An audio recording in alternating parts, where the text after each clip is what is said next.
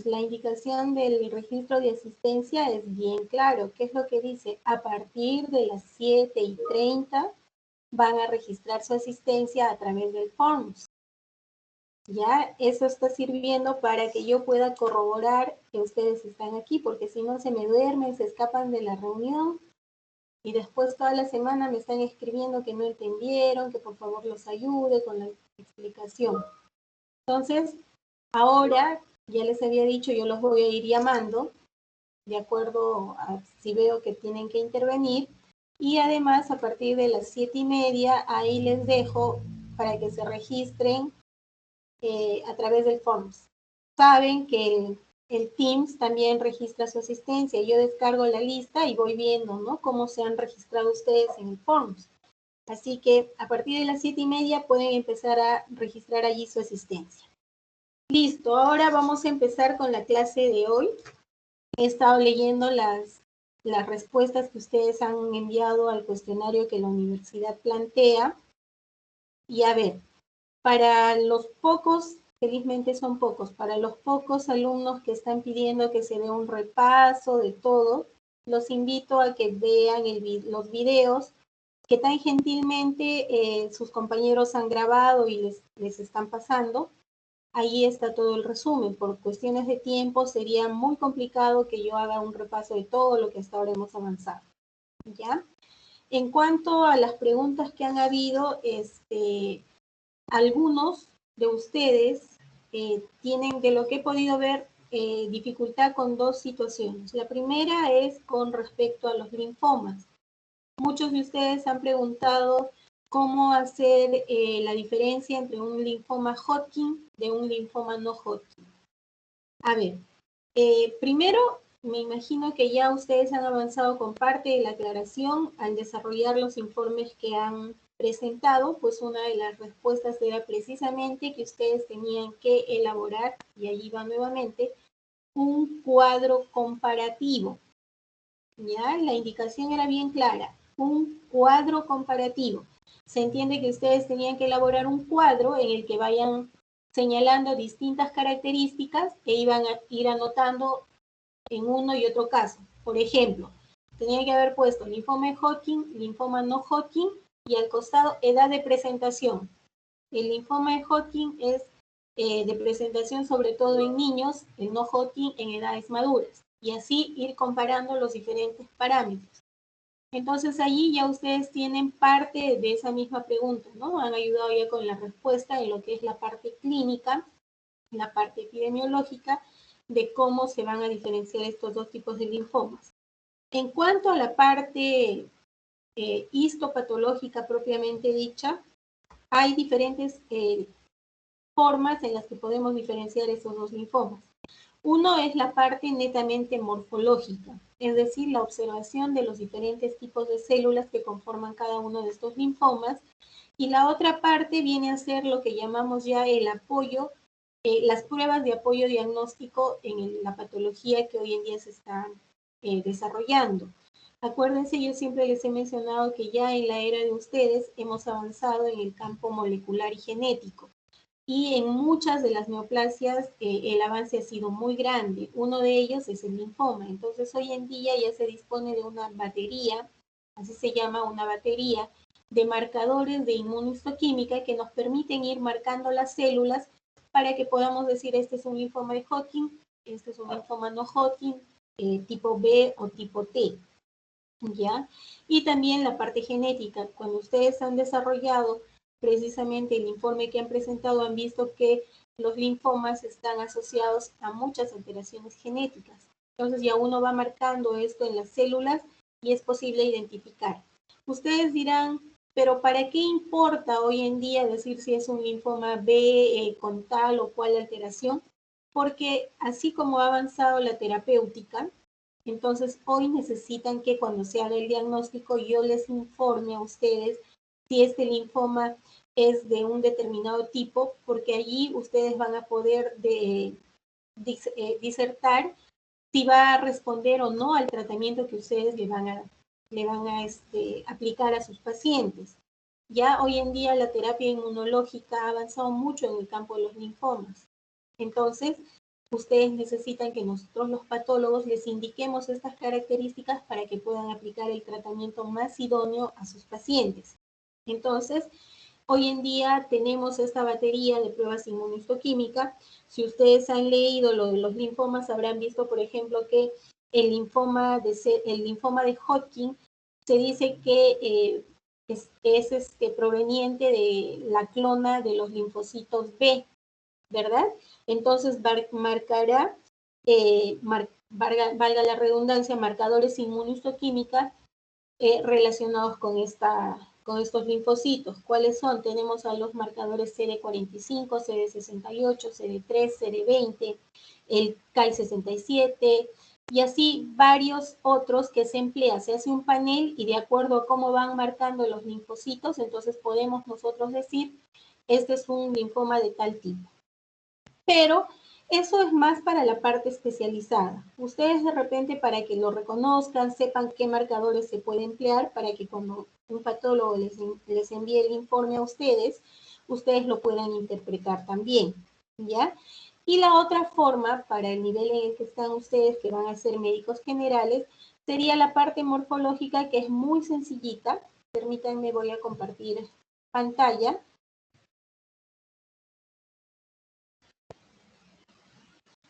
No sé si todos están con el mismo problema, pero la verdad que hoy día el internet ha estado muy lento aquí en casa, está un poco difícil, ojalá no se nos cuelgue, y por lo que he leído de los colegas que acompañan en la cátedra, también han tenido problemas con descargar las láminas. Pero a ver, ¿pueden ver la pantalla? ¿Sí están viendo mi pantalla? ¿Hola? Sí se ve. Ok, entonces aquí tenemos la imagen que habíamos visto la semana pasada, que corresponde, como les había indicado, a un corte de un ganglio linfático, ¿verdad? Ya habíamos identificado las características que nos permitían reconocer que este era un ganglio linfático. Aquí tenemos la cápsula, tenemos la zona de la corteza donde evidenciábamos los folículos linfoides, tanto primarios como secundarios, y luego teníamos la zona medular donde la distribución de los linfocitos era de forma más difusa como en manto. Entonces, y aquí también adelantamos un poquito de la otra pregunta que han hecho, ¿cómo podemos reconocer las neoplasias? Es otra de las preguntas que algunos de sus compañeros han hecho. Les decía que cuando nosotros hablamos de una neoplasia, sobre todo maligna, una de las primeras características que vamos a observar tanto a nivel macroscópico como a la microscopía, ya desde aumentos muy pequeños, como es el caso, una vista de muy pequeño aumento, una vista panorámica, aquí estamos en un 4X, lo primero que observamos es la pérdida de la arquitectura normal, ¿ya? Les mencionaba que, por ejemplo, uno de mis maestros, cuando yo empezaba la residencia, me dijo que aprendiera bien histología, porque si yo hacía eso, patología me iba a ser más sencillo. Y efectivamente, ¿no? Si yo aprendo a reconocer lo normal, cualquier cosa que salga de este parámetro va a ser patología.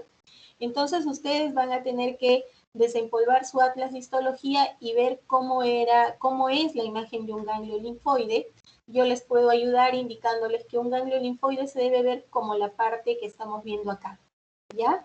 Con una corteza en la que nos es posible identificar estructuras redondeadas, bien definidas, que son los folículos linfoides. Así deberíamos ver todo este ganglio.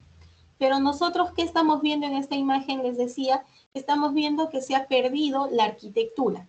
Primer punto que nos hace identificar que acá hay un proceso neoplásico. ¿Ya? ¿Por qué ha perdido la arquitectura? Porque si ustedes se fijan, en la parte de acá donde les estoy señalando, no vemos esa estructura que les decía con folículos, ¿verdad? Sino que está pasando, hay una proliferación de linfocitos a manera de un manto, de forma difusa. Entonces ya la arquitectura está alterada. Yo me acerco a esta parte para ver qué es lo que está pasando, para tratar de identificar qué células están proliferando y de acuerdo a eso darle el nombre. ¿Ya? Puede ser que acá simplemente haya una proliferación por un proceso reactivo, En ese caso sería un problema benigno. Y si yo observo las características que ustedes también ya han descrito y han vuelto a describir en este informe, características citológicas y nucleares de malignidad, ¿cuáles son? Pleomorfismo. ¿Qué quiere decir? Que yo voy a ver células de diferentes formas y diferentes tamaños, ¿verdad? Voy a ver células donde la relación núcleo-citoplasma está invertida. El núcleo ha crecido de tal manera que ya no ocupa más o menos un cuarto de la célula, sino es mucho más grande. Se ha perdido la polaridad. El núcleo generalmente está pegado hacia la superficie, hacia el lado basal de la célula. Pero ¿qué pasa en la neoplasia? El núcleo está ubicado donde, en cualquier lugar, es decir, ha perdido la polaridad. Vamos a ver que esa membrana nuclear es irregular, va a tener angulaciones, va a tener hendiduras. Vamos a ver una cromatina desarreglada, con áreas mucho más intensas, es decir, hipercromáticas, y en algunos casos vamos a ver la presencia de los nucleolos. Todo esto me habla de que es una neoplasia maligna, ¿ya? Entonces, me acerco a esta parte donde les digo que ya hemos identificado que hay una pérdida de la arquitectura, entonces estamos viendo que hay un problema, hay un proceso patológico. Me acerco y lo que observo es esto. Estoy viendo que hay una proliferación de células de estirpe linfoide, ¿ya? Acuérdense, cada una de estas células pequeñitas de núcleo intensamente basófilo con escaso citoplasma es un linfocito. Estoy viendo que estas células han proliferado, pero ya desde un mediano aumento como este, ¿qué ha captado mi atención? Estas células de acá, ¿sí? Estas células, que si ustedes ven, estas también son linfocitos, pero miren de qué tamaño están. Si comparamos este de acá, que es un linfocito normal, con esta de acá, como será unas 10 veces más grande este linfocito, ¿verdad? Entonces ya estoy viendo que acá hay una neoplasia maligna porque la célula está muy grande, ¿sí? ¿Qué más estoy viendo? ¿Cómo está ese núcleo? ¿Se ve así bien redondito, bien definido? No, ¿verdad? La membrana nuclear es irregular, la cromatina ya no es homogénea, está como grumosa, es un núcleo muy grande. Entonces ya desde allí yo puedo estar haciendo el diagnóstico de que este es un linfoma. Linfoma porque la célula que está proliferando es un linfocito, ¿ok? Entonces ahora venía lo que ustedes preguntaban. ¿Cómo hago la diferencia entre un linfoma Hodgkin y un linfoma no Hodgkin? Es lo primero que nosotros debemos determinar cuando hacemos el diagnóstico de un linfoma. Entonces, voy a ir a ver estas células grandes, que son las células neoplásicas. Voy a ampliar para poder identificar. Y en esta visión, en la número 3, al hacer la ampliación, ¿qué vemos? Esta célula de acá y esta célula de acá son las que nos van a hacer el diagnóstico y la diferencia que ustedes han preguntado. Estas células de acá son las células de Rett-Steinberg clásicas, ¿ya? Células de Rett-Steinberg clásicas. Para ustedes bastaría con saber identificar estas células clásicas y saber que hay más o menos 5 variedades diferentes. Ya no les vamos a preguntar que nos sepan diferenciar cada una de los otros tipos, eso es para los residentes. Para ustedes que sepan que hay la célula de Rett-Steinberg clásica, que es una célula binucleada, acá está, binucleada, miren esos dos núcleos, igual se ve acá, es una célula binucleada con nucleolo prominente, Los libros, cuando ustedes lean, van a ver que dicen que esta célula semeja, les decía, a la cara de un búho, ¿ya? A la cara de un búho, con los ojos así grandes, que serían los núcleos, los ojitos serían los núcleos, y los nucleolos serían, pues, ¿no? Las pupilas de la carita. Esta es la célula de Rett-Steinberg clásica. Si nosotros en un linfoma encontramos esta célula de Rett-Steinberg, ya casi hemos hecho el diagnóstico de que este es un linfoma de Hodgkin, ¿ya? Si encontramos esta célula, entonces le ponemos linfoma de Hodgkin.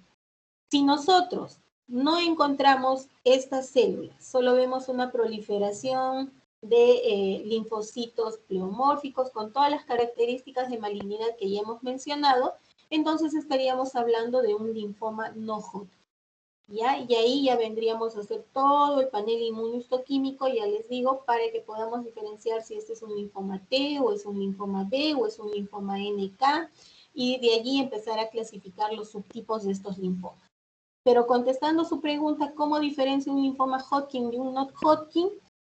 Aparte de todos los criterios que ustedes ya han descrito en sus informes, como son la edad de presentación, los ganglios linfáticos que más se afectan, si se asocian o no a otras patologías, y la misma clínica, entonces el criterio histopatológico sería la presencia de las células de red stem, estas de acá. Por eso yo en algunos, me ha llamado la atención en algunos informes que he leído, donde no hablan nada de estas células, ¿ya? Y son las que ayudan a hacer el diagnóstico de un linfoma Hodgkin, de un no Hodgkin. Las células de red Stenberg en una gran, por no decir casi en todos los linfomas de Hodgkin están presentes, sino que varía la forma. Estas son las clásicas. Hay muchas otras, son más o menos 6 tipos. Están las lacunares, las multinucleares, están las esclerosas. Hay varios tipos de células de red Stenberg. Pero estas son las clásicas y son las que ayudan a hacer el diagnóstico en base a la pregunta que ustedes me han hecho. ¿Alguna otra cosa que deseen que aclare de los linfomas? ¿No? ¿Hola?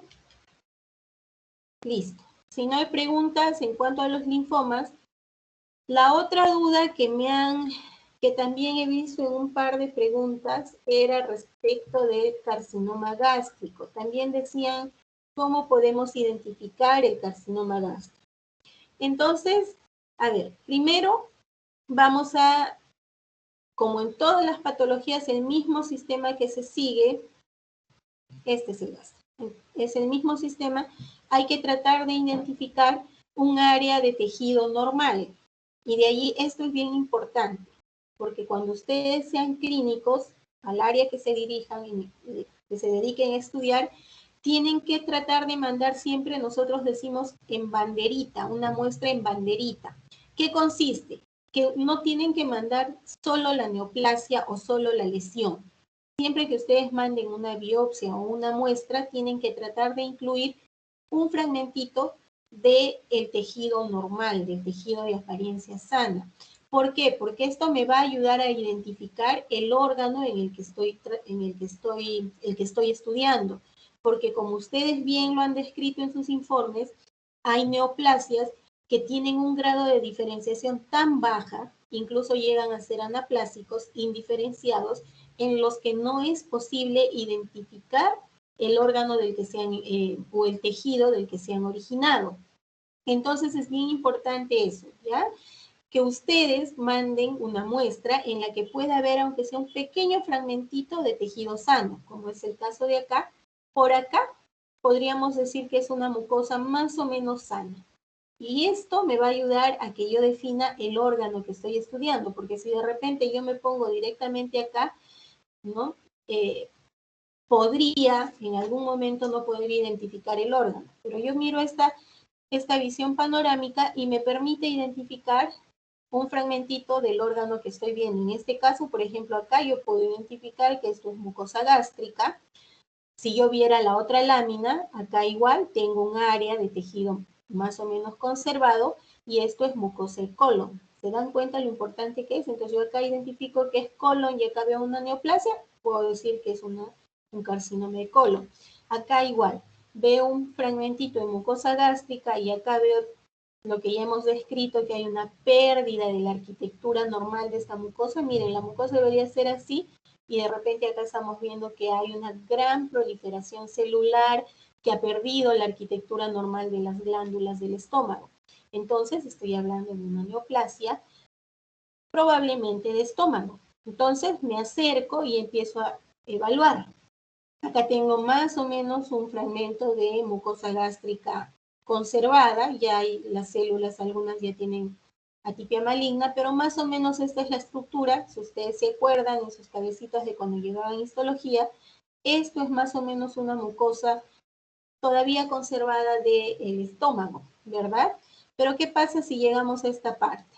Ya estamos viendo que hay una proliferación de células con atipia maligna, es decir, y repetimos todas las características de malignidad: pleomorfismo celular y nuclear, pérdida de la polaridad, inversión del núcleo, de la relación núcleo-citoplasma, membranas irregulares, membranas nucleares irregulares, con hendiduras, con angulamientos, hipercromasia nuclear, presencia o no de nucleolo, incremento de las figuras mitóticas, incluso muchas de ellas pueden ser mitosis atípicas.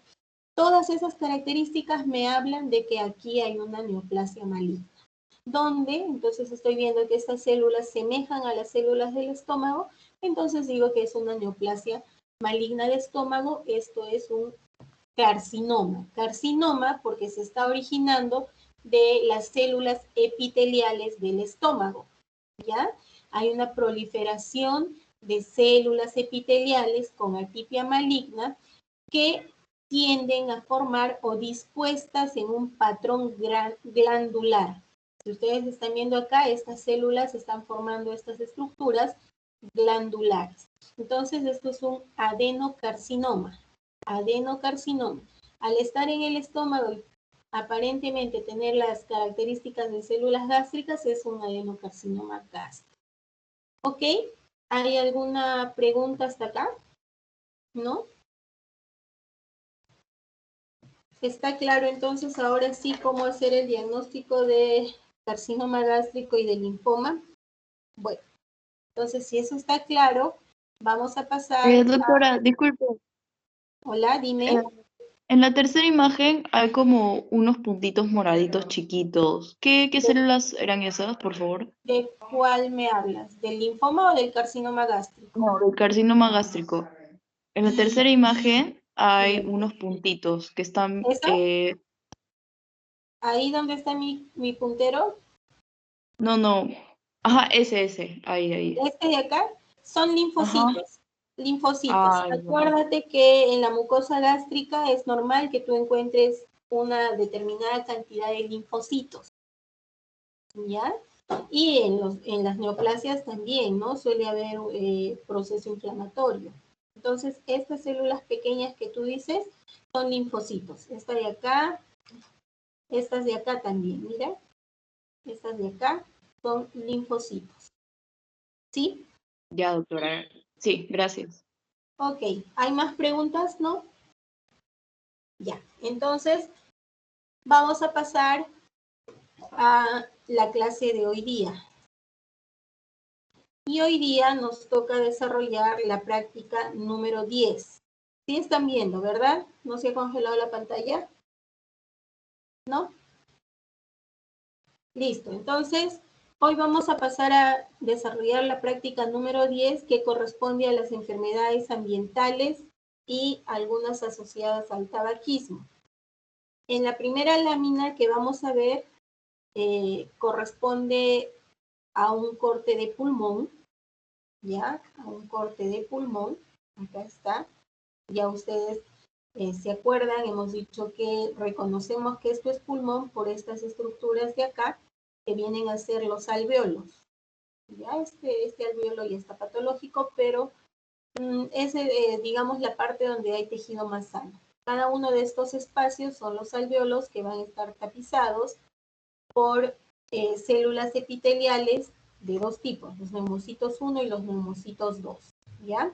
Estos son los septos alveolares y entre un alveolo y otro vamos a tener el intersticio, es bien importante, el intersticio, al menos para esta clase, el intersticio, donde vamos a encontrar tejido conectivo y vasos sanguíneos, ¿ya? Y ahí, entre el vaso sanguíneo y la pared alveolar, vamos a encontrar la membrana alveolo-capilar, que es muy importante para muchas patologías. Ok, entonces hoy vamos a hablar de las enfermedades ambientales. Dentro de ellas vamos a hablar de las neumoconiosis. Ustedes saben que las neumoconiosis es un grupo de enfermedades pulmonares que se van a producir por inhalación de polvo de diferentes materiales y que van a depositarse ya sea a nivel de la vía aérea superior y en algunos casos, dependiendo del tamaño de la partícula que se inhale, van a ingresar hasta la vía aérea inferior es decir, hacia los bronquiolos y alveolos.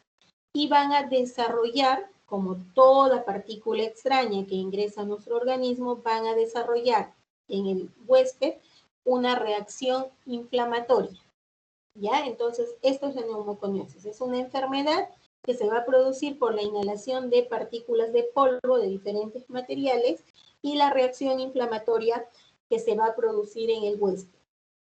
Para que una partícula ingrese hacia las vías aéreas inferiores, llámese bronquiolos o alveolos, debe tener un tamaño menor a las 10 micras, ¿ya? Acuérdense siempre, el patrón de referencia es el linfocito, ¿no? Un linfocito sabemos que mide más o menos 7 micras. Entonces, para que una partícula pueda ingresar hasta nuestros alveolos y bronquiolos, tiene que tener más o menos el tamaño de un linfocito. Estas partículas de polvo van a estar suspendidas en el aire y que al ser inhaladas se van a depositar en la superficie del epitelio que tapiza, ya sea los alveolos, ya sea los bronquiolos, ya sea los bronquios mayores, incluso en algunos casos quedan atrapadas simplemente en la tráquea y la mucosa de la nariz, ¿ya? Dependiendo de la partícula que ingrese, vamos a tener diferentes tipos de reacciones inflamatorias en nuestro organismo. Por ejemplo, si ingresan partículas de sal común, que también puede ser de acuerdo al tipo de ocupación del paciente, no se va a evidenciar ninguna reacción. Ahora, si nosotros tenemos, por ejemplo, que las partículas que han ingresado son de asbesto, como vamos a ver más adelante, vamos a tener diferentes tipos de fibrosis. Si ingresa, por ejemplo, berilio, va a desencadenarse una reacción de tipo granulomatoso.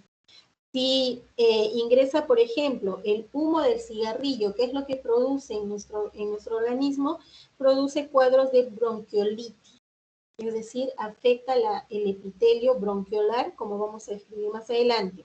El oxígeno también produce diferentes tipos de reacción a nivel del epitelio respiratorio. ¿Qué es lo que produce el oxígeno en exceso? O cuando es instilado a presiones muy altas, produce una alveolitis de tipo fibrosante. Ya esto es bien importante porque nosotros, por ejemplo, yo que me dedico al área forense, cuando a veces vienen recién naciditos muy pequeñitos que han fallecido, podemos encontrar este tipo de lesiones por el oxígeno que ha recibido, ¿no? Entonces, hoy vamos a pasar a describir algunos de estos tipos de neumoconiosis. Vamos a hablar de la antracosis, vamos a hablar de la asbestosis y vamos a hablar de la silicosis. En esta primera lámina que están viendo ustedes, ya les dije, es un corte de pulmón, ¿ya? Con coloración de hematoxilina y eosina, y que tiene como diagnóstico antracosis. Antracosis. La antracosis es una enfermedad pulmonar que pertenece al grupo de las neumoconiosis y que se va a desarrollar a consecuencia de la inhalación de partículas de polvo de carbón, ¿ya? De polvo de carbón. Este polvo se va a depositar a nivel del intersticio. Primero se deposita a nivel de la superficie alveolar y luego atraviesa y se va a depositar en el intersticio, como ustedes están viendo acá en la imagen. Ya desde la primera imagen ustedes pueden ir haciendo su diagnóstico. ¿Cómo se va a ver? Estas partículas de polvo de carbón se van a ver como un material extraño, porque no es parte de la estructura del pulmón, amorfo, porque ustedes están viendo que no tiene una forma organizada, de un color negruzco, marrón oscuro o negruzco, que se va a depositar en el intersticio. Miren ustedes, estos serían los alveolos, ya hemos dicho, las luces, entre alveolo y alveolo estaría el intersticio, y es allí donde se va a depositar este material antracótico. Aquí desde la imagen panorámica ustedes están viendo esto, miren, ya, aquí está, un material amorfo, extraño, de color negruzco, que se deposita a nivel del intersticio. Y acá tienen lo mismo. Y aquí se ve, ¿no? Amorfo, de una tonalidad intensamente oscura, negruzca. Este Este material, ya les he dicho, es un material extraño. Entonces va a desencadenar una respuesta inflamatoria por parte del huésped. Esta respuesta inflamatoria va a ser de tipo crónica, esto es un cuadro crónico, y que va a evolucionar hasta producir una fibrosis de tipo irregular, ¿ya? Una fibrosis intersticial, como están viendo ustedes, lo normal debería ser que así se vea el intersticio, delgadito, ¿sí? Acá, este de acá, delgadito, acá un alveolo y acá otro alveolo, y el intersticio debería verse así, delgadito. Pero si ustedes miran acá en el foco donde está viendo el depósito de este material antracótico, ¿cómo se ve ese intersticio?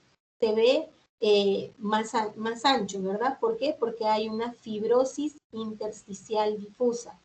¿Ya? Una fibrosis intersticial difusa porque no estamos viendo ninguna forma. Y esta es una de las características que nos ayuda al diagnóstico de antracosis, porque como vamos a ver más adelante, en los otros tipos de neumoconiosis la fibrosis es diferente. En cambio, acá hay una fibrosis intersticial difusa. Hay una reacción inflamatoria de tipo crónico, pero que no forma granulomas. Ustedes están viendo, hay un infiltrado inflamatorio crónico difuso, no hay ningún granuloma, ¿ya? Esas son las características de la antracosis. Depósito de material amorfo extraño, negruzco en el intersticio, ya en el intersticio alveolar, con una fibrosis difusa y un infiltrado inflamatorio crónico difuso. ¿Sí? Esas son las características de este cuadro antracótico. ¿Qué otras cosas pueden acompañar a este cuadro antracótico? Lo que estamos viendo acá. Si nosotros tenemos áreas donde se ha depositado este material antracótico y está desencadenando una fibrosis, como estamos viendo acá, entonces lo que va a haber es que en otras áreas del parénquima, en otras áreas del pulmón, va a haber una dilatación de los alveolos como efecto compensatorio. ¿Ya? Porque si nosotros estamos perdiendo áreas de nuestro pulmón por esta fibrosis, hay otras áreas que desarrollan enfisema en un intento de mantener la ventilación. Y eso es lo que vemos acá. Ya estamos viendo que acá hay fibrosis, ya hemos descrito la antracosis, y hay áreas que están desarrollando un enfisema compensatorio. Las características del enfisema lo vamos a ver más adelante, hay una lámina para que definamos sus características, pero acá estamos viendo, es un enfisema compensatorio. ¿Ya? Entonces, eso es lo que nos ayuda a hacer el diagnóstico, pero el diagnóstico de la antracosis es muy sencillo, ¿verdad? Vemos este material amorfo, de color negruzco que esté en el intersticio con una reacción inflamatoria y fibrosis, es antracosis. ¿Hay alguna pregunta? ¿No? Ahora, dentro de y es para eso nos sirve esta tercera imagen que es a mucho mayor aumento entre este infiltrado inflamatorio que nosotros tenemos acá. Lógicamente, ¿qué vamos a encontrar? Vamos a encontrar macrófagos.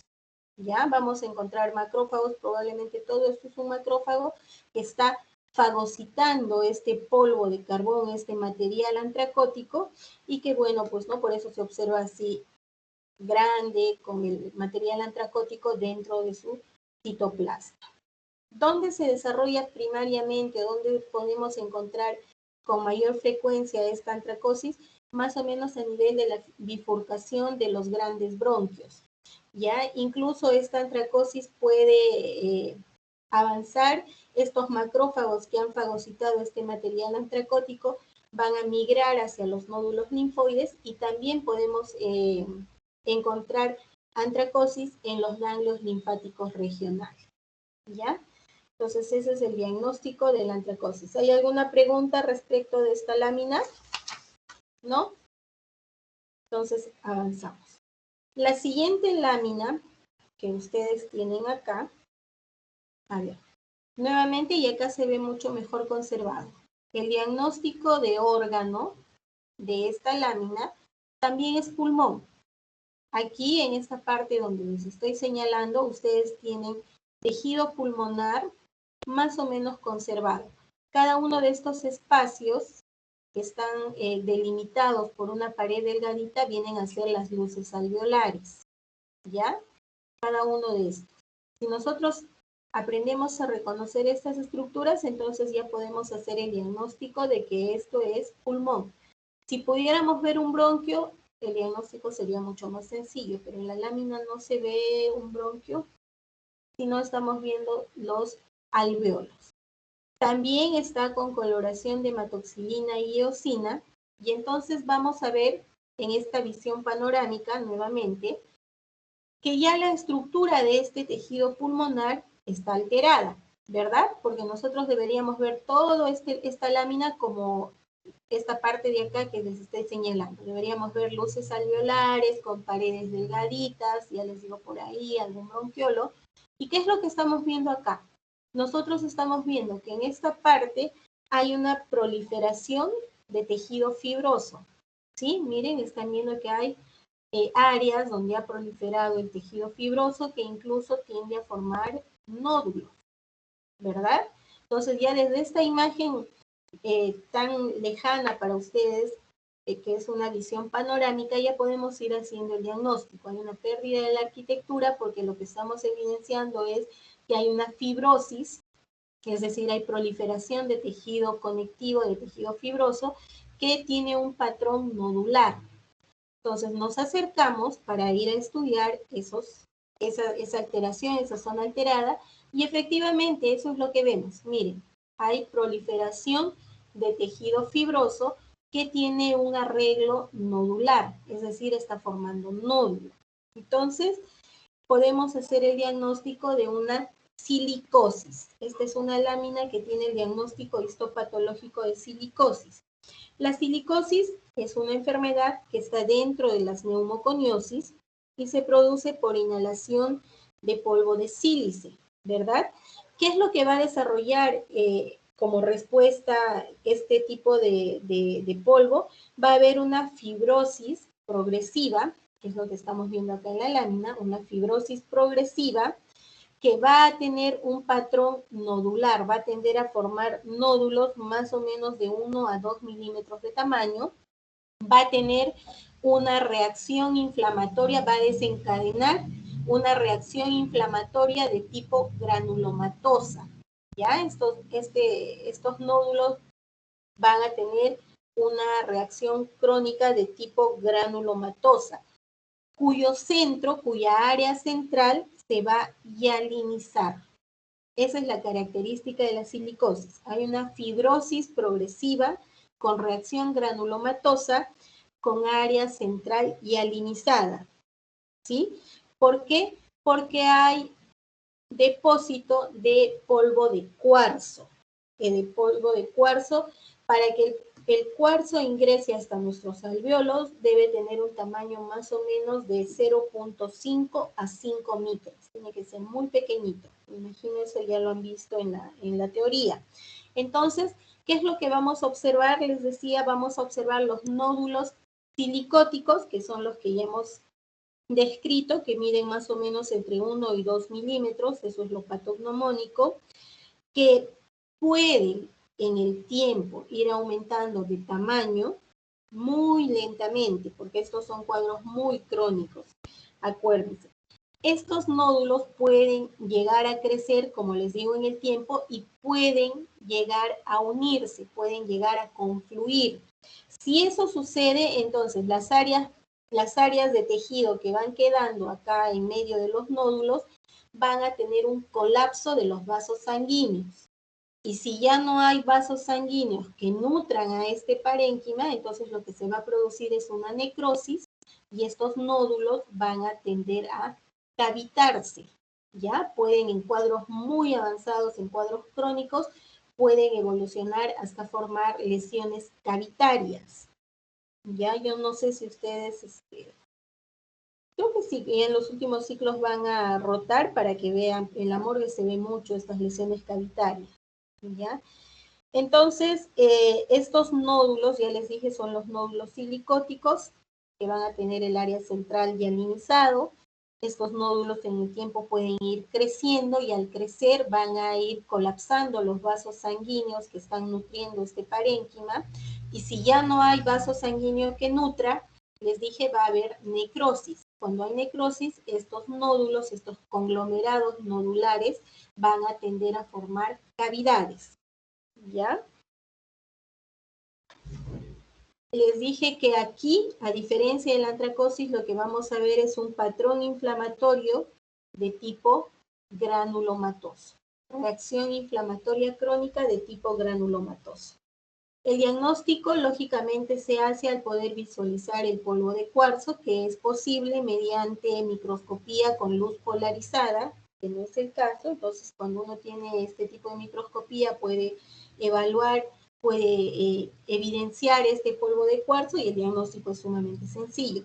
Pero si no tenemos, si tenemos microscopía óptica nada más, entonces vamos a aprender las características nuevamente del nódulo silicótico.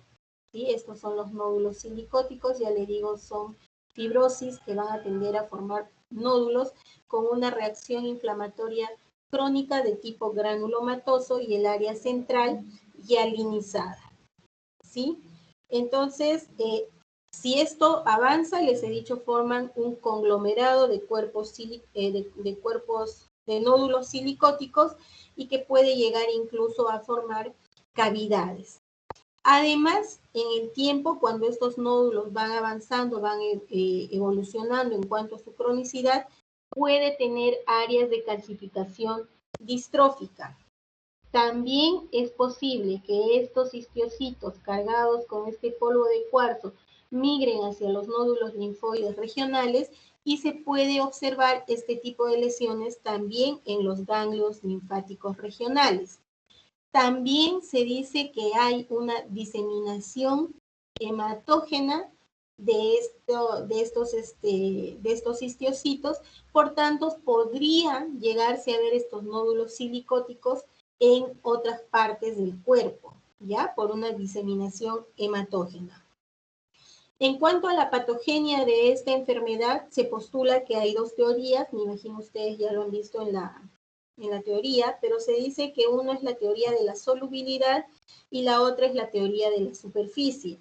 En la teoría de la solubilidad se plantea que las partículas del polvo de cuarzo que han sido inhaladas, ya les dije, menores a 5 micras de diámetro, se van a disolver intracelularmente, ¿sí? Y el anticuerpo, y el antígeno silicótico disuelto va a producir una necrosis en los macrófagos que van a desencadenar fibrosis. Esa es la teoría de disolubilidad. Y la teoría de la superficie dice que este polvo de cuarzo se va a pegar a la superficie de las células, en la membrana plasmática, desencadenando una respuesta inflamatoria por parte de los macrófagos, ¿ya? Que van a desarrollar la reacción granulomatosa. Esas son las dos teorías que se postulan en cuanto a la patogenia de esta enfermedad de la silicosis. ¿Cómo evolucionan los pacientes que tienen silicosis? Van a tener un cuadro de enfisema, igual que en la antracosis. Si hay áreas de pulmón que se han perdido por estos cuadros de fibrosis, entonces van a haber áreas que van a tratar de compensar este parénquima que se ha perdido, formando un tipo de enfisema centrolobulillar. Más adelante vamos a escribir los tipos de enfisema. ¿Ya? Entonces, en la silicosis vamos a encontrar áreas donde vamos a encontrar los nódulos fibróticos silicóticos y vamos a encontrar áreas de parénquima donde se ha desencadenado un enfisema compensatorio. También estos pacientes van a evolucionar, van a desarrollar hipertensión pulmonar. Obvio, ¿no? Si está teniendo una gran parte de su parénquima reemplazado por tejido fibrótico, ya les dije que incluso hay obliteración de los vasos sanguíneos, entonces, ¿qué es lo que va a pasar? Va a haber un incremento de la presión arterial pulmonar, desarrollando un cuadro de hipertensión que va a evolucionar hacia el cor pulmonar. En otras partes también puede haber, en otros casos puede haber desarrollo de bronquitis crónicas y bronquiectasias. ¿Hay alguna pregunta respecto a la silicosis?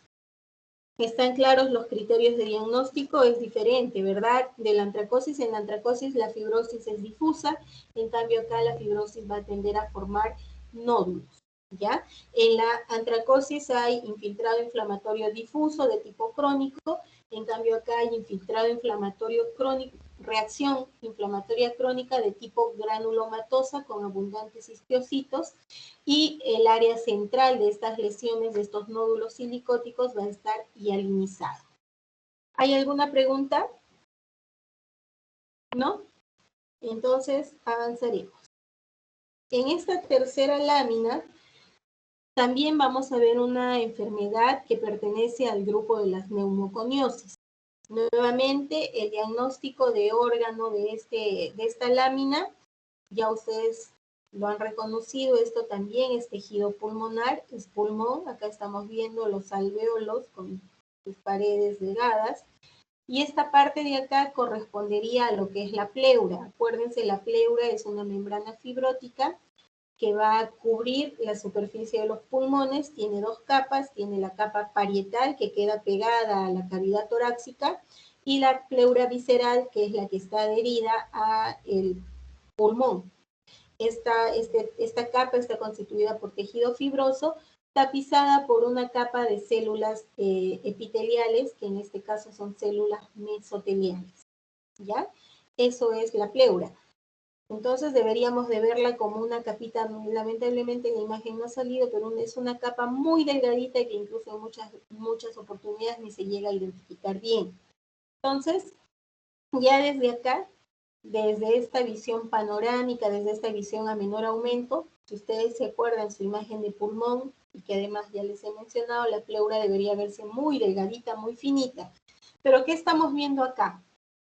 Que esta pleura está alterada en cuanto a su arquitectura, ¿verdad? Porque estamos viendo que hay un engrosamiento de la pleura. Miren cómo se ha engrosado, lo que se debería ver así como una capita muy fina, estamos viendo acá que ha sufrido un engrosamiento.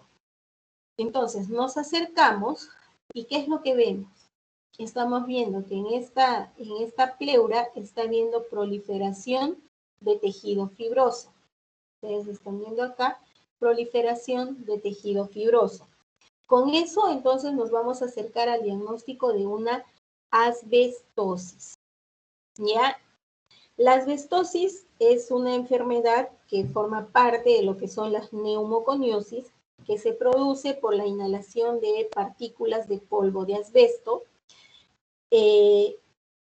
Este polvo de asbesto va a incluir diferentes subtipos de materiales. Dentro de ellos tenemos los silicatos de magnesio y los silicatos de fierro. ¿Qué es lo que van a producir estas partículas de polvo al ser inhaladas? Van a producir una reacción fibrosa, como la que estamos viendo acá, una reacción fibrosa que puede afectar tanto a la pleura como al mismo parénquima pulmonar. En este caso, en el caso de la lámina que estamos viendo, la silicosis está a nivel, la asbestosis está a nivel de la pleura. Estamos viendo una alteración a nivel de la pleura. Ya el parénquima pulmonar, al menos hasta donde se alcanza a ver, está más o menos conservado. ¿Ya? Entonces, les decía que lo que vamos a ver, hay distintos tipos de reacción fibrótica que producen estas partículas de asbesto. Dentro de ellas tenemos 3 tipos, al menos que está en su libro también descrito. En primer lugar, tenemos las placas fibrosas pleurales, que es lo que estamos viendo acá, una placa fibrosa pleural. El otro tipo sería la asbestosis propiamente dicha, en la que la fibrosis se va a desarrollar tanto a nivel pleural como a nivel pulmonar. Y la última vendría a ser ya el desarrollo de una neoplasia maligna, que es el mesotelioma. Ya esas son las 3 formas en las que se puede observar este tipo de reacción. Ahora, entonces, en este caso, les decía, lo que estamos observando es una placa fibrosa que se va a ubicar en la pleura, por eso se llama una placa fibrosa pleural.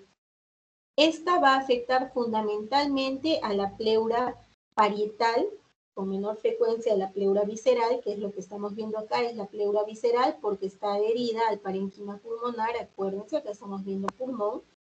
Va a afectar fundamentalmente a la pleura que se encuentra sobre las costillas y el diafragma. Esto es importante para que cuando ustedes si llegan a ser clínicos, ya sea que se dediquen a la neumología o a la radiología, cuando vean lesiones de este tipo en el estudio de sus pacientes, entonces no descarten este tipo de diagnóstico.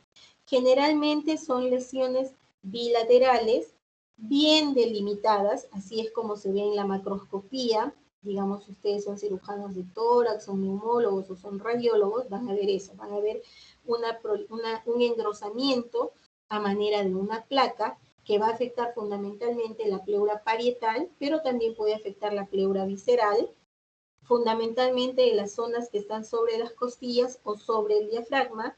Pueden ser bilaterales, van a estar bien delimitadas, pero van a tener una forma irregular. El color son lesiones blanquecinas, ligeramente sobrelevantadas. En algunos casos pueden tener una superficie nodular, pero en la mayoría de los casos la superficie de estas lesiones es lisa. ¿Ya? Eso es lo que ayuda a hacer el diagnóstico de estas placas fibrosas. A la microscopía, ¿qué es lo que vamos a ver? ¿Qué es lo que tenemos acá enfrente? Vamos a ver que hay una proliferación en forma de laminillas, ustedes están viendo como que se hubieran superpuesto unas láminas de tejido colágeno hialino, ¿ya? Tejido colágeno hialino. Hay una superposición de laminillas de tejido colágeno hialino. Como ustedes están viendo, casi no tienen células, la celularidad es sumamente escasa. Miren, por acá en el puntero hay uno, por acá hay otro, por acá hay otro. Células. ¿Qué células producen el tejido colágeno? Los fibroblastos. Entonces, estas células que están viendo acá ustedes, escasas, porque miren en toda la imagen apenas vemos unas cuantas celulitas, son fibroblastos escasos, celularidad escasa, ¿ya? Que incluso dependiendo de la evolución en el tiempo de esta patología, en algunos casos podemos llegar a evidenciar calcificaciones. En el caso no, acá no vemos, pero podría darse en algún caso que se viera. Me parece que acá, esta parte de acá podría ser una calcificación distrófica en esta imagen panorámica, pero acá en el aumento no se nota. ¿Ya? Pero esto es para que no lo pierdan de vista cuando ustedes tengan la oportunidad de hacer el estudio clínico de alguno de estos pacientes. Entonces, eso es lo que vemos. Ahora, lo patognomónico sería encontrar los famosos cuerpos ferruginosos, ¿verdad? Ya sea a nivel del pulmón o a nivel de el parénquima pulmonar. Lo que haría el diagnóstico es que nosotros encontremos estos cuerpos ferruginosos o cuerpos de asbesto, ¿ya? Entonces, eso se observa con mayor frecuencia cuando hay asbestosis a nivel pulmonar, en la asbestosis propiamente dicho. Pero aquí no tenemos eso, sino lo que estamos viendo es una asbestosis de tipo pleural. Ya les dije, la lesión se describe como una placa fibrosa pleural. Ya les he descrito las características, que son lesiones bien localizadas, que afectan fundamentalmente la pleura parietal, van a ser ligeramente sobrelevantadas, de bordes bien delimitados, una superficie nodular, en la mayoría de los casos es una superficie lisa. A la microscopía, ¿qué es lo que vamos a ver? Vamos a ver la sobreposición de unas laminillas de tejido colágeno hialinizado, ¿ya?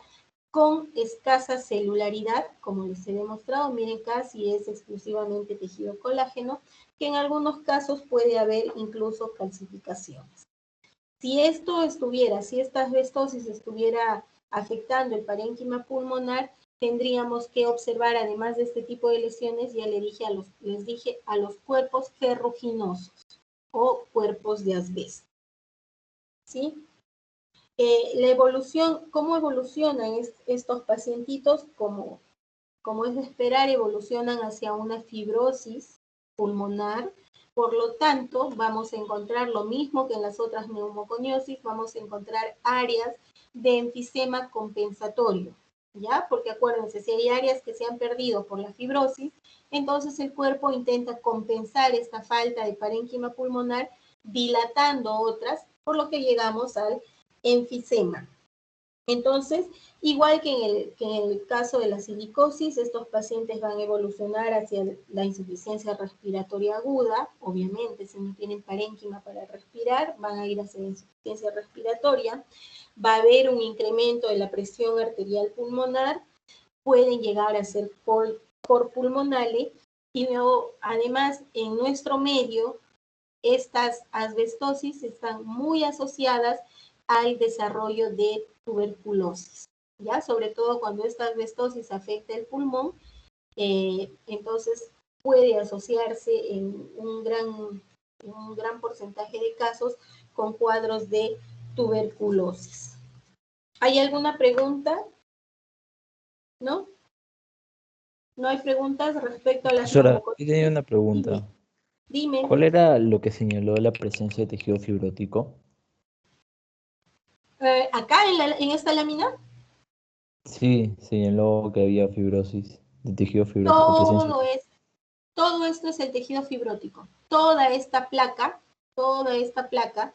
que en el desarrollo de la asbestosis se denomina una placa fibrosa pleural porque está afectando la pleura, es una placa fibrosa. Todo esto es tejido fibroso, ¿ya? Aquí a mayor aumento se observa eso.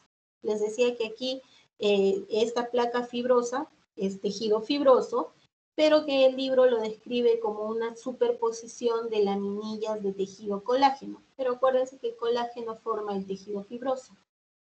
¿Sí? ¿Ahora sí está claro? Sí, gracias. Ok. ¿Hay alguna otra pregunta? ¿No? Si no me preguntan, yo luego voy a preguntarles. Vamos a hacer un repasito y ahí les pregunto. Listo, entonces hasta allí hemos visto lo que son las neumoconiosis propiamente dichas, hemos visto antracosis, hemos visto silicosis y hemos visto asbestosis, cada una con sus diferentes características. Esta cuarta lámina precisamente nos habla de lo que hasta ahora hemos estado hablando. Esto de acá ya ustedes lo han identificado en esta visión panorámica, simplemente para acostumbrarnos al sistema. Les decía que en las visiones panorámicas vamos a poder identificar el órgano que vamos a describir. En este caso estamos viendo que hay la presencia de estas dilataciones saculares con paredes muy delgaditas que son los alvéolos. Ya, los alvéolos, por acá ya podemos ver estructuras bronquiales, estos son bronquiolos, acá también hay otro bronquiolo, no veo bronquios, todos estos, y este de acá son bronquiolos, ¿ya? Bronquiolos, ¿por qué? Porque les falta el cartílago para que hagamos diagnóstico de un bronquio, estos son bronquiolos. Entonces, si hablamos de que acá hay alvéolos y hay bronquiolos, el diagnóstico de órgano es pulmón, ¿ya? Pulmón. Y está con coloración de hematoxilina y eosina. Ya desde esta visión panorámica nosotros podemos ver una vez más que la arquitectura está alterada. ¿Por qué? Porque más o menos el parénquima normal debería haber esta parte de acá del borde, con las luces alveolares más o menos de ese tamaño. ¿Ya? Es lo que nosotros deberíamos ver, unas luces alveolares. Acá también hay otro poquito, unas luces alveolares más o menos de ese tamaño.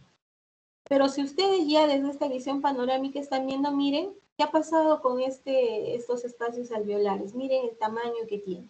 Acá, acá, acá, estamos viendo que hay una gran dilatación de las luces alveolares, de los espacios alveolares.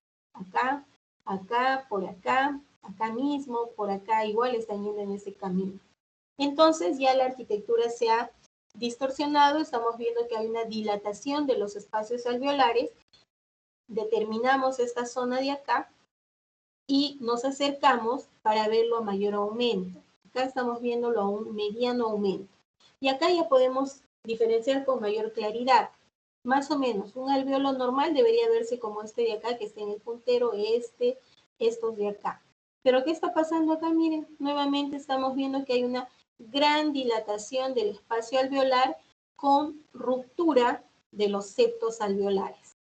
¿Ya? O sea, es como que hubieran, ¿cómo se dice? Se hubieran unido los alveolos. ¿Qué pasa? Se empiezan a dilatar, se rompen las paredes y se forma un conglomerado. Y se forman estos espacios muy dilatados. Ya, acuérdense, se ven como transparentes, como que estuvieran vacíos, porque ahí lo que hay es aire, y el aire no se tiñe, ¿verdad? Entonces se ven así, ¿ya? Esto de acá, esto y esto hace el diagnóstico. ¿Qué diagnóstico histopatológico tenemos acá? Tenemos un enfisema pulmonar, un enfisema pulmonar. ¿Qué es el enfisema? El enfisema es la ampliación, como hemos visto, la ampliación de los espacios aéreos distales. ¿Distales por qué? Porque si ustedes se acuerdan, la parte final, la parte terminal del árbol respiratorio son precisamente los alveolos. Entonces, estos alveolos son los que van a verse afectados. Ya les dije, va a haber una dilatación de estos espacios con ruptura de los septos alveolares. Que van a desaparecer los septos y se van a formar estas grandes dilataciones que van a estar ocupadas de aire. ¿Por qué se produce este enfisema? ¿Qué es lo que lleva a que se desarrolle este enfisema? Se ha postulado, no se tiene una etiología muy definida, hay estudios, dentro de ellos se ha postulado la teoría de la elastasa, antielastasa.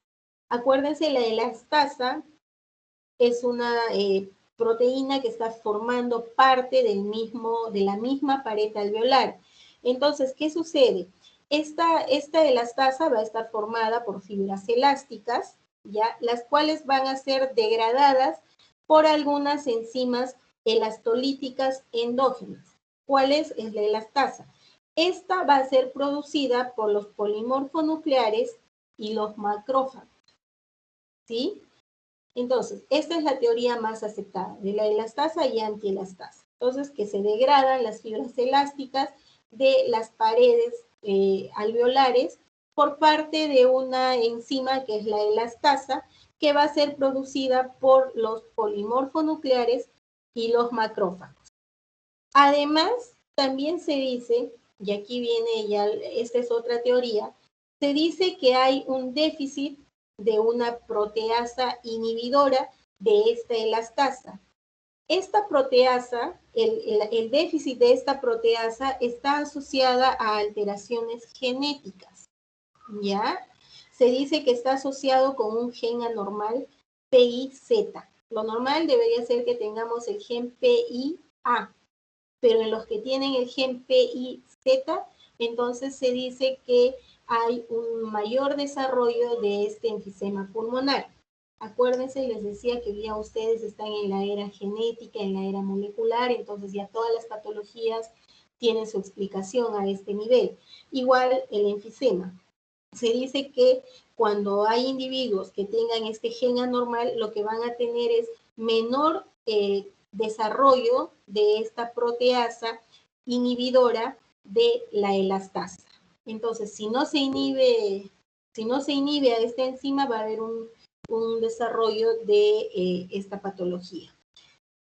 Ahora, el enfisema va a ser más frecuente en las personas fumadoras. ¿Por qué? Porque el humo del cigarrillo lo que va a hacer es estimular a los macrófagos a que liberen quimiosinas que van a atraer a su vez a los polimorfonucleares. Y si ustedes se acuerdan de lo que les he mencionado, que la elastasa que destruye a las fibras elásticas de las paredes de los alveolos es producida por los neutrófilos y los macrófagos, entonces si nosotros tenemos mayor cantidad de neutrófilos y mayor cantidad de macrófagos, hay mayor posibilidad de desarrollo de enfisema. Es así como se produce el enfisema asociado a el humo del cigarrillo, ¿sí? Además, se dice que para que se desarrolle el enfisema en los pacientes fumadores, aparte de esto que les estoy explicando, de que hay mayor migración de macrófagos y neutrófilos, también se dice que el humo del cigarrillo va a disminuir la resíntesis de elastina, ¿ya? Va a disminuir la resíntesis de elastina y además va a inhibir la actividad de la antielastasa que normalmente hay en nuestro organismo. Esa es la fisiopatología de por qué el humo del cigarro va a contribuir al desarrollo del enfisema. Primero, porque incrementa la migración de macrófagos y neutrófilos que producen la elastasa. La elastasa es la enzima que degrada la elastina, la proteína que se encuentra en la pared de los alvéolos pulmonares. Después, ¿qué más hace el humo del cigarrillo? Va a disminuir la resíntesis de la elastina. Es el segundo mecanismo. Y el tercero sería porque este humo del cigarrillo además inhibe la actividad de la antielastasa que normalmente hay en el pulmón. Entonces, ¿qué es lo que nosotros vamos a ver cuando tenemos este tipo de cuadros? Hay diferentes tipos de enfisema. Dentro de ellos tenemos el panacinar, el acinar proximal, el acinar distal y el acinar irregular. ¿En qué se basa este tipo de clasificación? En las áreas que se van a afectar fundamentalmente. Puede ser que se afecte directamente los acinos alveolares o puede ser que se afecten los bronquiolos terminales y en algunos casos tenemos la afectación del bronquiolo y del acino. Entonces el cuadro es mucho más grave. Esos son los enfisemas acinares irregulares. ¿Sí? ¿Qué es lo que vamos a ver a la microscopía? Lo que ya les he dicho. Alvéolos distendidos, ¿sí? Que se pueden comunicar unos con otros, ya les dije, porque hay una ruptura de los tabiques alveolares. De esta manera se van a formar grandes espacios claros, ¿sí? Fundamentalmente estos espacios van a estar adyacentes a lo que vendrían a ser los vasos sanguíneos y los bronquiolos, como ustedes están viendo acá. Miren, hay una gran dilatación y acá hay un bronquiolo, ¿sí? Van a estar circundantes a los bronquiolos. Ahora, como todo en el organismo, trata de compensar, ¿verdad? Entonces, si nosotros estamos teniendo áreas de un pulmón donde tenemos los espacios alveolares muy dilatados, van a haber áreas compensatorias. ¿Cómo? Estas áreas que están compensando van a colapsarse. ¿Cómo se llama eso? Se llama atelectasia. Entonces, aquí en el enfisema lo que vamos a tener es focos de atelectasia compensatoria. Aquí en la imagen podemos ver que, por ejemplo, miren, ¿qué ha pasado con esta luz alveolar? Miren, acá estamos viendo el enfisema, ¿verdad? Estamos viendo que hay una gran dilatación. ¿Y qué está pasando con los alvéolos de acá? Como que se están obliterando, se están cerrando, se están colapsando. ¿A eso cómo se llama? Se llama atelectasia. Hay focos de atelectasia compensatoria, como el que estoy marcando acá, porque miren, las luces alveolares como que se han cerrado. ¿Sí? Porque aquí hay una gran expansión, aquí también, entonces como que están comprimiendo a los otros alvéolos, como aquí, que están formando áreas de atelectasia compensatoria. Ahora, hay casos, ya también están descritos, que este enfisema no se va a desarrollar dentro de la luz alveolar o bronquiolar, sino se va a desarrollar a nivel del intersticio pulmonar. ¿Qué es lo que va a haber? Va a haber un acúmulo de aire dentro del intersticio. Acuérdense, el intersticio es el espacio que hay entre alvéolos. Entonces, ¿qué va a pasar? El aire se va a escapar al intersticio donde va a poder formar burbujas que varían de diámetro más o menos de 1 a 2 milímetros y se va a ver afectado fundamentalmente las áreas bajo la pleura, ¿ya? Cuando se rompen estas burbujas intersticiales de aire, el aire puede salir hacia el mediastino, hacia el cuello, ¿sí? Y producir cuadros de neumotórax a tensión espontáneo, ¿sí? Entonces, eso es un tipo de enfisema que también está descrito, que gracias a Dios es muy poco frecuente, no se observa mucho. Aquí lo que se observa más es el enfisema asociado fundamentalmente a tabaquismo. ¿Hay alguna pregunta? ¿No? Listo. Si no hay preguntas, entonces vamos avanzando. Ahora sí, chicos, a los que estaban preocupados por la asistencia, ya pueden ir registrando, ya debe de aceptarles que llenen la ficha, y si no, me avisan, por favor, para que se los vuelva a enviar. ¿Sí? Listo. En esta última lámina, vamos a ver que igual que en las anteriores, tenemos una lámina que corresponde a pulmón. Acá tenemos espacios alveolares. En este extremo inferior estamos viendo espacios alveolares, ¿sí? Y acá sí vamos a poder identificar otras estructuras, que el pulmón está bien patológico, pero a ver, vamos a ver. Estas estructuras de acá son bronquiolos, ¿ya? Estas estructuras, miren, son bronquiolos porque ustedes están viendo que el epitelio es diferente, ¿verdad? ¿Cuál es el epitelio que cubre a los bronquiolos? A los bronquiolos los cubre un epitelio cúbico, ¿sí? Y a medida que nos vamos acercando a los bronquios mayores, vamos a tener epitelio cilíndrico, que es el caso de la imagen 2. Ustedes aquí en la imagen 2 están viendo esto de acá, que les estoy bordeando, es parte de lo que vendría a ser el epitelio de un bronquio. Bronquio. ¿Por qué bronquio? Porque ustedes están viendo que este epitelio es un epitelio cilíndrico, pseudoestratificado. Miren, los núcleos aparentan estar a diferentes alturas, y yo creo que con sus ojos móviles ustedes además alcanzan a ver que en el borde apical de estas células hay unas prolongaciones muy pequeñitas que son los cilios, ¿ya? Entonces, este vendría a ser un bronquio mayor. Intrapulmonar, porque lo estamos viendo que está dentro del parénquima pulmonar. Entonces, este es un bronquio porque está tapizado por epitelio pseudoestratificado, cilíndrico, ciliado. ¿Qué más vemos? Si ustedes se acuerdan de sus clases de histología, ¿qué más vemos en la pared de los bronquios, aparte del epitelio? Vemos esto de acá, que son importantes en esta patología. ¿Qué son estas? Son glándulas mucosas. Acuérdense, en los bronquios hay moco, ¿no? Sino de dónde tenemos el esputo mucoide cuando tenemos expectoración. Entonces, acá hay glándulas mucosas. En la pared de este bronquio tenemos esto, glándulas mucosas, y si el corte nos permitiera, deberíamos ver por acá el músculo y el tejido cartilaginoso, fragmentos de tejido cartilaginoso. Todo eso nos hace el diagnóstico de que esto es un bronquio. Ya desde este aumento, igual ustedes están viendo que esto es un tejido patológico.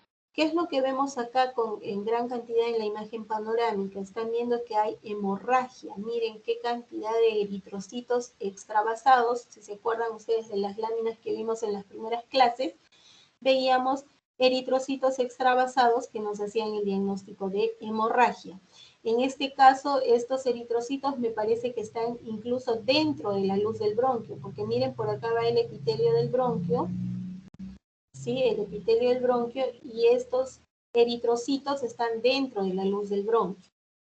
Y acá se ve que además acá también se ve, miren, que están dentro del bronquio, vemos eritrocitos, y además vemos rodeando a las estructuras mucoides, a las glándulas mucoides, también vemos hemorragia. ¿Qué más vemos? Vemos un infiltrado inflamatorio de tipo crónico, me parece. A ver, acá nos acercamos un poco más, vemos lo que les he descrito, vemos el epitelio cilíndrico, pseudo estratificado, ciliado, que hablaba de la pared de un bronquio. Vemos que en la luz, esto vendría a ser la luz, hay presencia de eritrocitos extravasados y con algunas células inflamatorias. Y en la pared igual, vemos infiltrado inflamatorio a predominio linfocitario, es decir, hay mayor cantidad de linfocitos. Miren esto que está en el puntero, esto de acá, son linfocitos, infiltrado inflamatorio de tipo linfocitario. Entonces, con eso hacemos el diagnóstico de que esto es un cuadro de bronquitis crónica, ¿ya? Bronquitis crónica. ¿Qué es la bronquitis crónica? Es un cuadro inflamatorio. Ustedes están viendo acá que el infiltrado inflamatorio es un cuadro inflamatorio crónico prolongado que afecta a los bronquios. Obviamente, si es una bronquitis, afecta a los bronquios, ¿ya? Clínicamente, estos pacientes van a reconocerse porque van a tener una tos productiva crónica con abundante expectoración mucosa que va a tener que cumplir estos criterios. Tiene que ser por 3 meses o más consecutivos durante 2 años sucesivos. ¿Ya? Para que entren al diagnóstico de bronquitis crónica, entonces el paciente tiene que decirle, doctor, vengo con tos, con expectoración mucosa, ya por más de 3 meses este año y el año anterior he tenido lo mismo. Tienen que ser más de 3 meses consecutivos durante 2 años sucesivos. Eso nos ayuda a hacer el diagnóstico de una bronquitis crónica en la parte clínica. Ustedes hacen su estudio de su paciente y aparentemente no hay explicación para esta tos. O sea, no hay otra causa que esté produciendo esta tos, entonces clínicamente ustedes le hacen el diagnóstico de bronquitis crónica. ¿Qué es lo que causa este tipo de cuadros? ¿A qué se debe? Encabeza la lista nuevamente el humo del cigarrillo, después algunos tipos de clima, como el nuestro, ¿no? Clima húmedo y frío, generalmente en el invierno la mayoría nos la pasamos tosiendo y demás. Cuanto más cerca del mar, mucho más frecuente. También algunas reacciones de tipo alérgico y sobre todo también la contaminación atmosférica. Entonces estamos describiendo a cualquier ciudadano de Lima, ¿verdad? Que tiene todas estas características para desarrollar cuadros de bronquitis crónica. Ahora, en cuanto a las formas de este cuadro, tenemos dos tipos. La bronquitis crónica simple y la bronquitis crónica mucopurulenta, ¿ya? Y finalmente ambos pueden evolucionar hacia una bronquitis crónica obstructiva. Entonces, ¿qué es lo que vamos a ver en la bronquitis crónica simple, la catarral, la más común? Lo que veríamos es lo que ya hemos escrito. Veríamos un infiltrado inflamatorio acá, un infiltrado inflamatorio en la pared del bronquio. Si estamos hablando de que es un cuadro crónico, el infiltrado tiene que ser de tipo crónico. ¿Cómo es el infiltrado inflamatorio crónico? Es mononuclear, a predominio linfocitario, a veces suele haber histiocitos y en algunos casos, dependiendo del tipo, dependiendo de la etiología del cuadro, puede haber incluso células plasmáticas. Acuérdense, les estoy diciendo que una de las causas de esta bronquitis pueden ser reacciones alérgicas. Entonces se dan cuenta cómo es importante ir asociando la clínica con lo que vamos encontrando nosotros. Si nosotros decimos que este paciente tiene reacciones alérgicas, bueno, qué sé yo, y está con su tos y ya de más de 3 meses hacemos el estudio y lo que encontramos es un infiltrado inflamatorio crónico mononuclear con linfocitos y algunas células plasmáticas, entonces estoy reforzando el diagnóstico que me han enviado. ¿Ya? ¿Qué más deberíamos ver acá? Lo que estamos viendo. Una hiperplasia. Hiperplasia, acuérdense qué es la hiperplasia. La hiperplasia es el incremento en el número de células. Entonces, lo que acá estamos viendo es una hiperplasia de las glándulas mucosas. Ahora ustedes me dirán, ¿y cómo yo sé que acá hay incremento de las glándulas mucosas? Para eso hay un índice que se llama el índice de Reed, que justamente cuenta las glándulas que hay dentro de la pared bronquial. Ya eso es más para la especialidad, pero ustedes es importante que por lo menos sepan cómo se hace el conteo de estas glándulas. Se hace mediante el índice de Reed. Lo normal es que este índice sea de 0.3 y en el caso de las bronquitis de los pacientes con bronquitis, este índice se incrementa a 0.6. Con eso nosotros podemos hacer el diagnóstico de que hay una hiperplasia de las glándulas mucosas y además dentro de estas glándulas hay una hiperplasia de las células caliciformes. Estas células caliciformes se van a ver mucho más grandes con su vacuola de moco muy grande, muy dilatada. Es decir, que hay una gran producción de moco, ¿no? Entonces, de ahí viene la explicación de por qué este paciente tiene abundante expectoración, porque en la pared de sus bronquios está viendo una hiperplasia de glándulas mucosas y además una hiperplasia de las células caliciformes dentro del epitelio de las glándulas y dentro del epitelio de los bronquios. Acuérdense que el epitelio de los bronquios, aparte de tener estas células cilíndricas ciliadas, también tiene células caliciformes. Estas células caliciformes del epitelio de los bronquios también van a tener hiperplasia, ¿ya? De allí la cantidad de moco que tienen estos pacientitos. Además, se ha postulado de que influye en el desarrollo de esta patología un trastorno a nivel del epitelio ciliado de la pared de los bronquios. Con microscopía electrónica se ha estudiado a estas células, a estos cilios, y se ha visto que muchos de ellos presentan alteraciones tanto en su estructura, fundamentalmente en los microtúbulos que forman los cilios, y también alteraciones a nivel de la movilidad. Entonces, cuando hay este tipo de alteración a nivel del aparato ciliar de las células del epitelio bronquial, hay mayor tendencia a desarrollar cuadros de bronquitis crónica. Esta alteración del epitelio ciliar, como ya ustedes se imaginarán, está asociado a trastornos de tipo genético, ¿ya? Entonces, puede haber este tipo de hallazgos. Entonces, para repetir, ¿qué es lo que hace el diagnóstico? Les estoy refiriendo que vamos a ver que hay en la pared bronquial, vamos a encontrar infiltrado inflamatorio de tipo crónico, va a haber una hiperplasia de las glándulas mucosas, va a haber una hiperplasia de las células caliciformes, tanto de las glándulas como del epitelio bronquial, ¿ya? ¿Qué más vamos a ver? Vamos a ver que estos bronquios, lamentablemente no tenemos una imagen completa, pero la luz de estos bronquios va a estar bien dilatada y en su luz vamos a encontrar abundante contenido mucoide. ¿Ya? Eso es lo que nos ayudaría a hacer el diagnóstico de bronquitis crónica. Además, si nosotros pudiéramos ver el músculo, porque acuérdense ustedes que en la pared de los bronquios les decía que además de este epitelio, además de las glándulas, tenemos músculo liso y tenemos tejido cartilaginoso, tejido condroide. Entonces, aparte de ver las alteraciones a nivel del epitelio, de las glándulas mucosas, del infiltrado, lo que podríamos ver es una hiperplasia del músculo liso, ¿ya? Hiperplasia del músculo liso bronquial. Eso es lo que encontraríamos en una bronquitis crónica simple o de tipo catarral. Ahora, en el otro tipo de bronquitis, que es la bronquitis crónica mucopurulenta, que en realidad es una complicación de la simple, porque lo que se va a añadir es una infección de tipo bacteriana o viral, con la consecuente producción de un moco purulento, es decir, un moco mezclado con contenido purulento. ¿Ya? Entonces, ¿qué es lo que vamos a ver?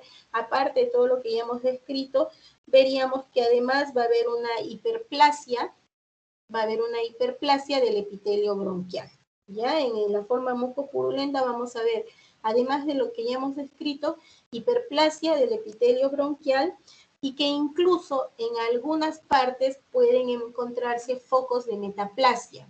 Acuérdense ustedes ya por definición, la metaplasia es el reemplazo de un tejido por otro maduro.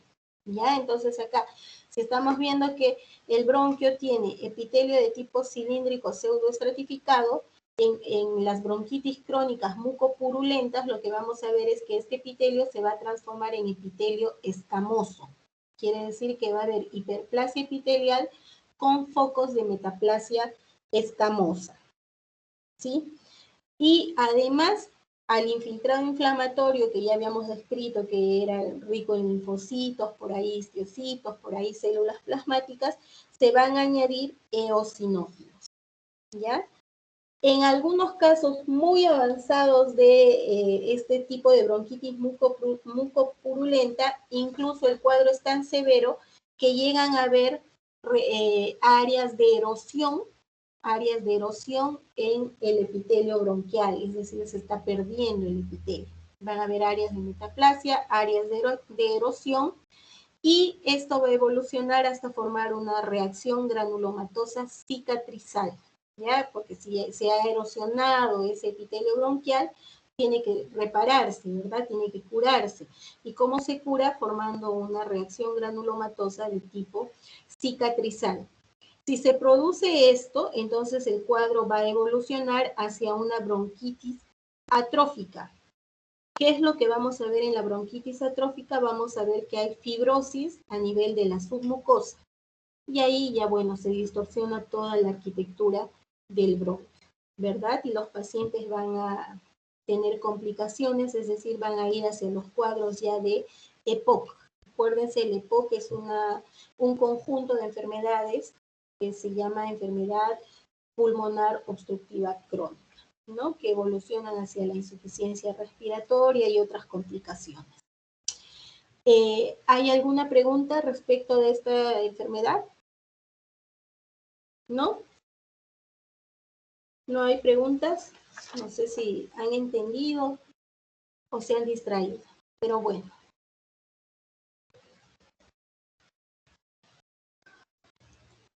Listo, chicos, si no tienen ninguna pregunta, entonces habemos terminado la clase y nos estaríamos despidiendo hasta la siguiente semana. ¿Sí? ¿No hay ninguna pregunta? ¿Han enviado su asistencia o ha habido algún inconveniente? ¿No? ¿No ha habido inconvenientes con la lista, con la asistencia? No, doctora. Listo. Y si no hay preguntas tampoco, entonces yo me despido de ustedes. Los espero el próximo jueves. El fin de semana voy a corregir sus videos. Listo. Cuídense, chicos. Nos vemos la Buenas siguiente noches, semana. doctora. Muchas Gracias, gracias. doctora. Hasta Muchas luego. gracias, Hasta doctora. luego. Hasta luego. Gracias, doctora.